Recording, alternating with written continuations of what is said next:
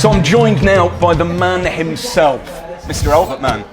Hello. The gentleman who's put all of this together at Music Makers 2019. Just come off stage, how was it? Yeah, brilliant, yeah. I've not done so many gigs this year. Yeah. So it was good to be back. You couldn't tell? No. Only 2 stumbles, it's fine. Yeah, only a couple. But they're just added for little ad-lib comedy elements. Exactly. It's all planned, yeah. Exactly. You've got to have a few little chuckles in the audience, haven't you? How are your stress levels?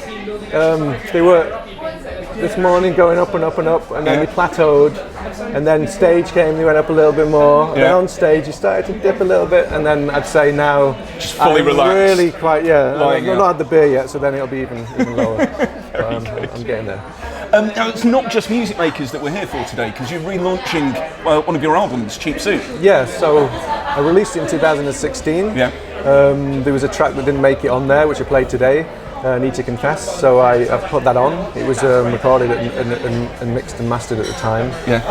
And then a stripped back version of all the tracks as well, and then there's some radio edits as well on there. So it's gone from an 11 track album to 26 track, and it's available now, out today. Fantastic. So Spotify, Apple Music, wherever you get your wherever you get your music from. Yeah. So the physical copies are still in existence from back then. So now it's just a purely digital release. It seems a bit old-fashioned sometimes to release stuff on CD. I know it's good for gigs though, but yeah. Absolutely. I Need to Confess, first time that I've heard that song. You said on stage that it's a departure from what you've done in the past. Yeah. I really liked it. Well, no, that is in the past. Well, sorry, okay, but it's I've departed from that. And gone in a different direction. Yeah. It was really good. It was a really good, fun song. Yeah. Reminded me a bit of Ben Folds. Yeah, it's a bit tongue-in-cheek and a bit like slightly wacky. Yeah, the lyrics are a bit more, I guess, humorous or a bit more dry, kind of. Yeah. Yeah. I finished on Groundhog Day, which I love. Oh, great! Yeah. Love it. So you're living in Zurich at the moment. Yes. Yeah. How's the music scene out there? It's a small music scene, but there is a scene. So it's.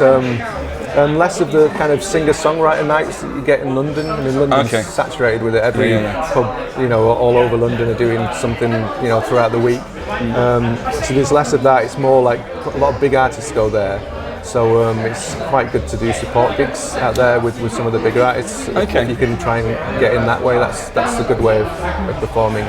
But for the last 12 months, you've not really been doing that many gigs, you said? No, not too many. So one of the last ones was actually in Zurich with Public Service Broadcasting. So I supported them. Wow! So that's great because they get get all their fans and it's crowded room. A few hundred people. So it's really good. Amazing. So what's next? Obviously, we've got the new Cheap Suit re-release. So that's been released for today. But I played the song called The Feeling, which I've already recorded. It's already kind of ready to go.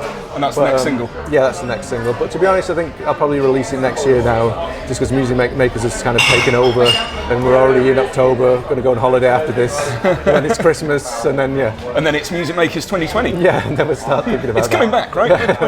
This is now a tradition. This is a yearly thing. Perfect. Heard it here first. So I kind of got to ask you all the kind of wacky questions and things like that. So not just about the music. What's your pre-gig rituals? Do you have any?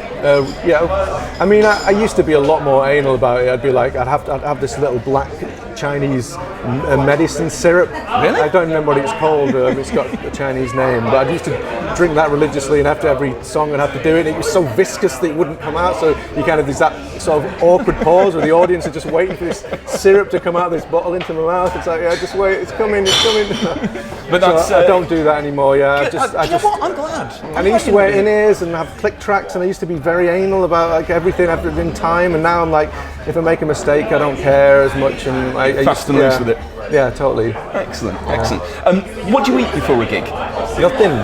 Do you know? No, but I mean, I had to eat something today because, for breakfast. But it's 6 o'clock now, and I try not to eat anything. I'm the same when doing stand-up and when performing. Just the appetite. Just far prefer to have an empty stomach and just go on your wits. Feel a little bit kind of nauseous. You've got the anxious kind of and the nervous energy and stuff, so you don't really have an appetite. So I'll eat something later. I'll have a beer first. Yeah, why not? The festival's fantastic. Thank you. It's an absolute credit to you and Minoja. Well, thanks for doing it. Thanks every. for doing these interviews. It's, you know, You're very welcome. a real pro like you. We're honoured to have you. Do what I can. I'll do what I can. Right, music makers, coming up in 2020, 2021, 2022. It's not stopping.